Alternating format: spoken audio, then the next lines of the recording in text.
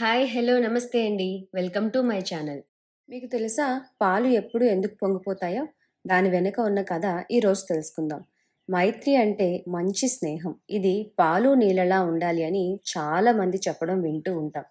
ఒకరోజు పాల దగ్గరకు నీళ్లు వచ్చి నేను నీతో కలిసి ఉండవచ్చా అని అడిగిందంట. అప్పుడు పాలు సరే అని తనకున్న సహజ గుణాలన్నింటినీ నీళ్లకు ఇచ్చింది. ఏవి పాలో ఏవి నీళ్ళు అనే తెలియనంతగా వాళ్ళిద్దరూ కలిసిమెలిసి ఉండేవాళ్ళు.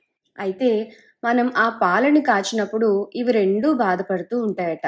తన మిత్రుని బాధ చూడలేక నీరు ఆవిరి అవడం మొదలు పెడుతుంది.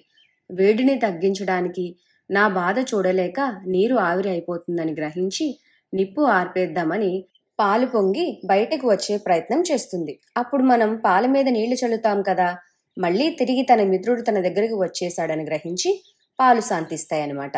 ఈ విధంగా పాలు నీళ్లు ఎప్పుడూ కలిసే ఉంటాయి. అందుకనే మనం పాలు ఎప్పుడు మరగపెట్టినా పాలు పొంగే ప్రయత్నం చేస్తూ ఉంటుంది. స్నేహం అంటే ఇలానే ఉండాలి కదా. స్వస్తి. ఈ వీడియో మీకు నచ్చితే లైక్ చేయండి, లేదంటే కమెంట్ బాక్స్లో కమెంట్ చేయండి. బాగా నచ్చితే అందరికీ షేర్ చేయండి. ఇప్పటివరకు నా ఛానల్ని సబ్స్క్రైబ్ చేసుకోకపోతే ప్లీజ్ సబ్స్క్రైబ్ చేసుకోండి. మీకు నోటిఫికేషన్ రావాలంటే పక్కన ఉన్న బెల్ ఐకాన్ని క్లిక్ చేయండి. Thank you for watching. Bye bye.